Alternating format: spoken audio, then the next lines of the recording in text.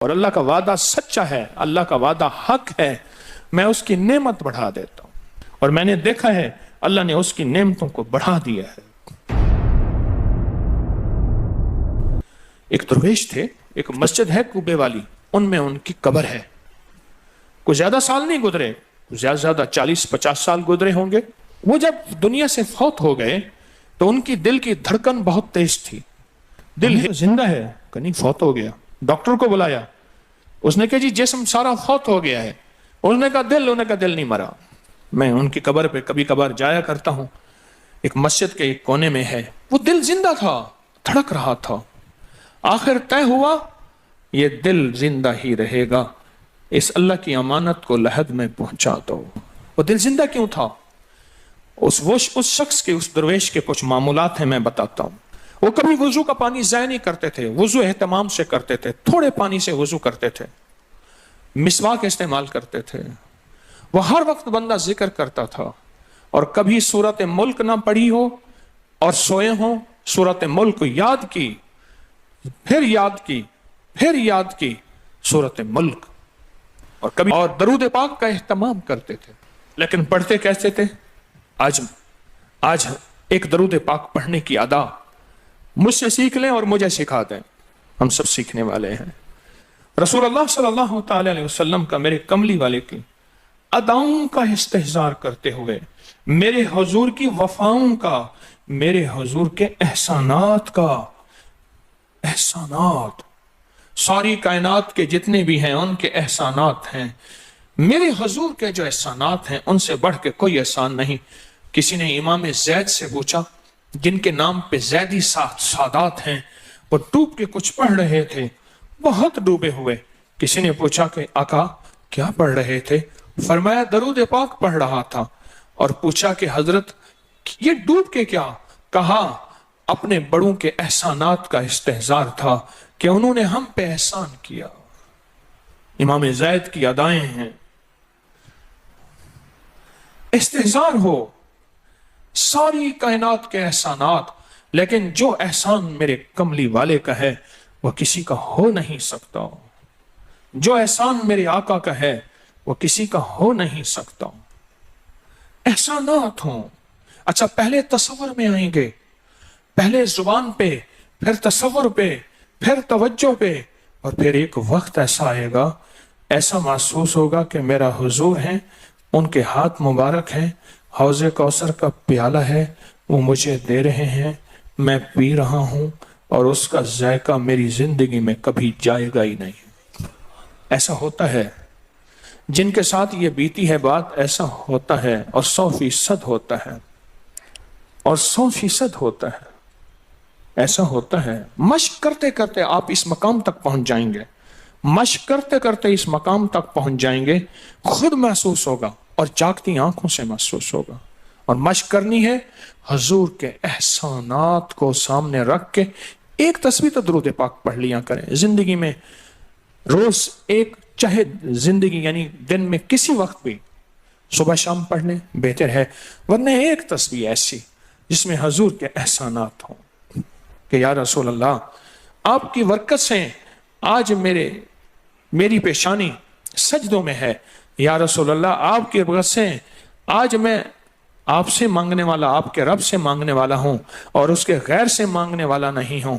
یا رسول اللہ آپ کی برکت سے میں قرآن کا حامل ہوں، سجدوں کا حامل ہوں، نماز کا حامل ہوں، اور آپ کی برکت سے یہ ملا مجھے نیکیاں، یہ عبادتیں، یہ سعادتیں، یہ راحتیں، یہ رحمتیں، یہ برکتیں، یہ خیریں ملی یا رسول اللہ آپ کی برکت سے۔ ایک تصویر ایسی ہو جس میں میرے آقا کے احسانات کا سخت ترین تصور ہو، سخت ترین خیال ہو، اور سخت ترین استحضار۔ ایک تصویر ایسی ہو۔ اچھا، پہلے یہ تصور میں بات آئے گی، پھر تصور بڑھتا چلا جائے گا، پھر یہ تصور ترقی کی راہیں اختیار کرے گا، پھر یہ ترقی اور آگے بڑھے گی۔ بڑھتے بڑھتے ایک وقت ایسا آئے گا کہ احساس ہوگا کہ حضور سامنے تشریف فرما ہے اور میں آقا کے قدموں میں بیٹھا ہوں۔ آنکھوں سے، جاگتی آنکھوں سے جلوے نظر آئیں گے، جاگتی آنکھوں سے نقشے نظر آئیں گے، جاگتی آنکھوں سے دیدار مصطفیٰ نصیب ہو۔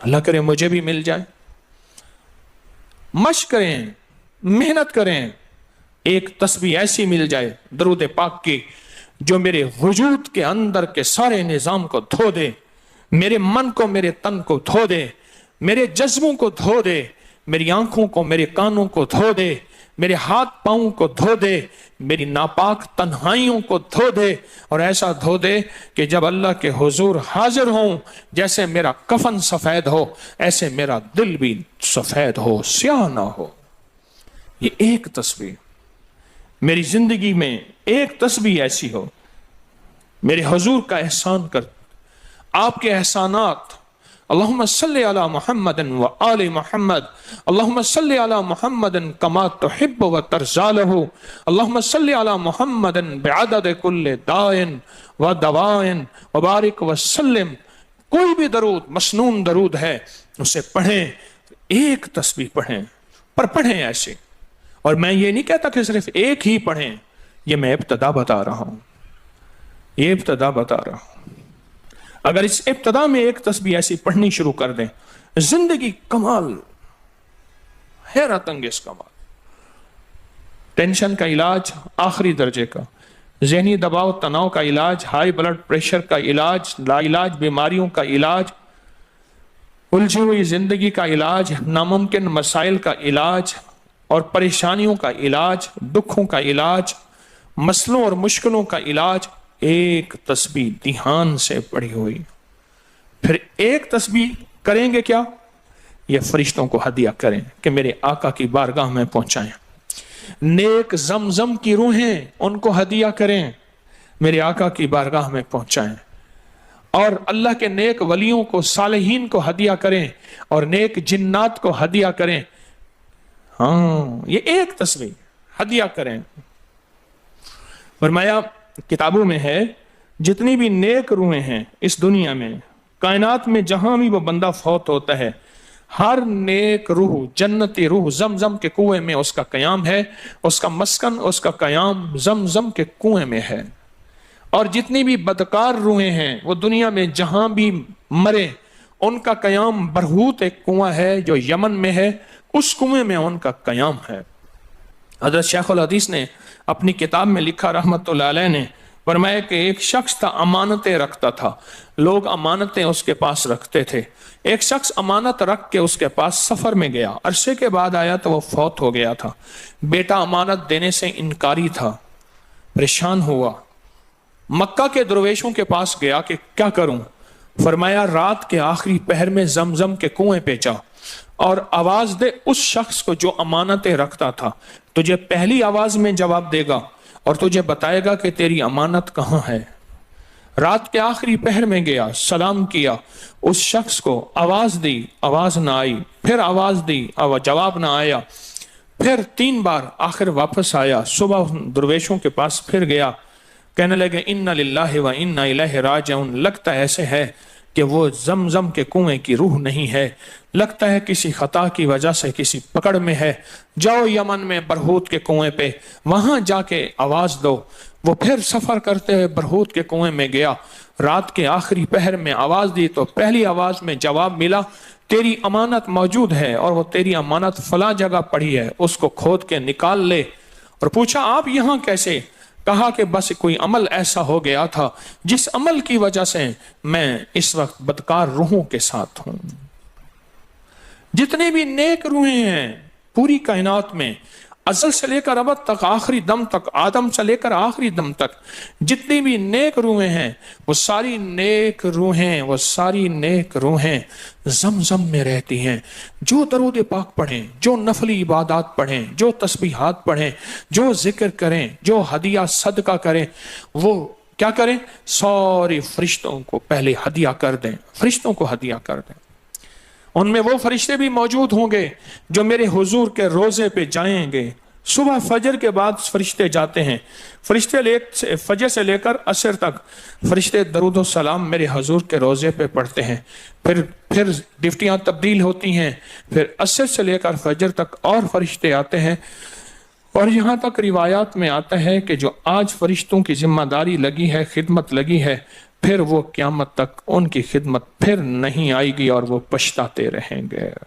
اتنے فرشتے اللہ نے بنائے ہیں، جو بھی درود پاک پڑھیں اور اس کے علاوہ عبادات جتنی بھی کریں، وہ ساری عبادات فرشتوں کو ہدیہ کریں، وہ ساری عبادات نیک روحوں کو ہدیہ کریں جو زمزم کے کنویں میں رہتی ہیں، اور ساری عبادات فرشتوں کو، روحوں کو اور جنات کو ہدیہ کریں، اور ان سے کہیں کہ اللہ سے دعا کریں اللہ میرے یہ کام بنا دے۔ پھر کام بنتے دیکھیں، پھر مسائل حل ہوتے دیکھیں، پھر ناکامیاں ختم ہوتے دیکھیں، پھر حالات کو انشاءاللہ سنورتا دیکھیں، سنورتا دیکھیں، سنورتا دیکھیں۔ بہت میں نے طاقتور وظیفہ، بہت طاقتور عمل اور بہت طاقتور ایک کنجی اور ایک راز دے دیا آپ کو۔ بہت عجب عمل ہے، بہت طاقتور اور بہت حیرت انگیز عمل ہے، جو میرا نہیں، صدیوں سے آزمودہ ہے، صدیوں سے آزمودہ ہے۔ اللہ کے دوست اس کو کرتے چلے آئے ہیں، اور اللہ کے دوستوں کا آزمودہ عمل ہے بہت زیادہ، بہت زیادہ۔ پر ایک تسبیح ایسی ہو جو توجہ سے، جو احسانات کا تصور کر کے، جو میرے کملی والے کے احسانات کا تصور کر کے، تصور کر کے، تصور کر کے، احسانات کا تصور کر کے، کوئی ایک تسبیح ایسی ہو ڈوب کے، یا اللہ دنیا میں ایسی جگہ کوئی کہیں ہوتی، یا اللہ دنیا میں ایسی جگہ کوئی کہیں ہوتی، اکیلے بیٹھے رہتے یاد تیری دل نشیں ہوتی۔ کوئی ایسی جگہ ڈھونڈ لیں، نہیں ملتی کوئی ضروری نہیں اپنے دل کو تنہائیوں میں لے ہیں۔ وہ کیسے؟ دنیا کے مشغلوں میں ہم باخدا رہے، دنیا کے مشغلوں میں ہم باخدا رہے، سب کے ساتھ رہتے ہوئے سب سے جدا رہے، سب کے ساتھ رہتے ہوئے سب سے جدا رہے۔ کوئی لمحہ ایسا اپنے آپ کو تنہا کر لیں، کوئی لمحہ ایسا اپنے آپ کو فارغ کر لیں، کوئی لمحہ ایسا اپنے آپ کو تنہائی میں بٹھا کے نا ایک تسبیح درود پاک کی، اور تسبیح نہیں ہے یہ انگلیوں کے نشان تسبیحیں ہیں۔ یہ پھر تسبیح بھی جہاں گواہی دے گی وہاں قیامت کے دن یہ انگلیاں بھی گواہی دیں گی۔ پھر یہ تسبیح ہدیہ کریں، فرشتے ٹوٹ پڑتے ہیں اس درود پاک کے ہدیے پہ۔ کیوں؟ ان کی غذا ہی نور ہے، اور درود نور ہے۔ ان کی غذا ہی نور ہے اور درود نور ہے۔ ان کی غذا ہی یہی برکت ہے اور درود برکت ہے۔ ان کی غذا ہی خوشبو ہے اور درود خوشبو ہے۔ ان کی غذا بھی یہی ہے۔ ایک تسبیح ایسی ہو جس پہ آپ دیوانے ہو جائیں۔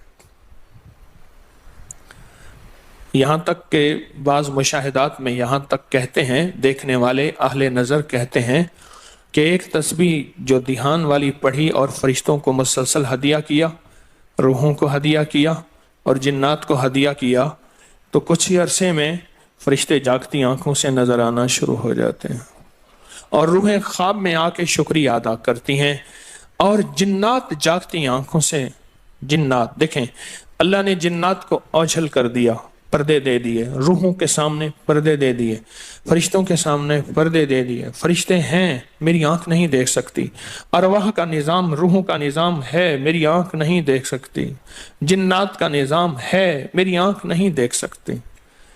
اللہ پاک پھر پردے ہٹا دیتے ہیں، رخ سے پردے ہٹے، رخ سے پردے ہٹے، طور جلنے لگا، میرے ساقی کا مجھ پہ کرم ہو گیا، میرے ساقی کا مجھ پہ کرم ہو گیا۔ یہ ایک تسبیح آج کا سبق ہے، کملی والے کی محبتوں کا سبق ہے، ایک تسبیح۔ درود پاک وہ عبادت ہے جس عبادت کے کرنے والا کبھی محروم نہیں رہتا، اس عبادت کو پڑھنے والا کبھی محروم نہیں رہتا۔ درود پاک وہ عبادت ہے، ہر عبادت کے لیے اخلاص کی ضرورت ہے، مخلص ہونا ضروری ہے۔ ہر عبادت کے لیے، ہر عبادت کے لیے اخلاص اور مخلص ہونا ضروری ہے، لیکن درود وہ عبادت ہے جس کے لیے مخلص ہونا بھی ضروری نہیں۔ اگر کوئی بندہ دکھاوے کی نیت سے درود پڑھتا ہے تب بھی قبول ہے، قبول ہے، قبول۔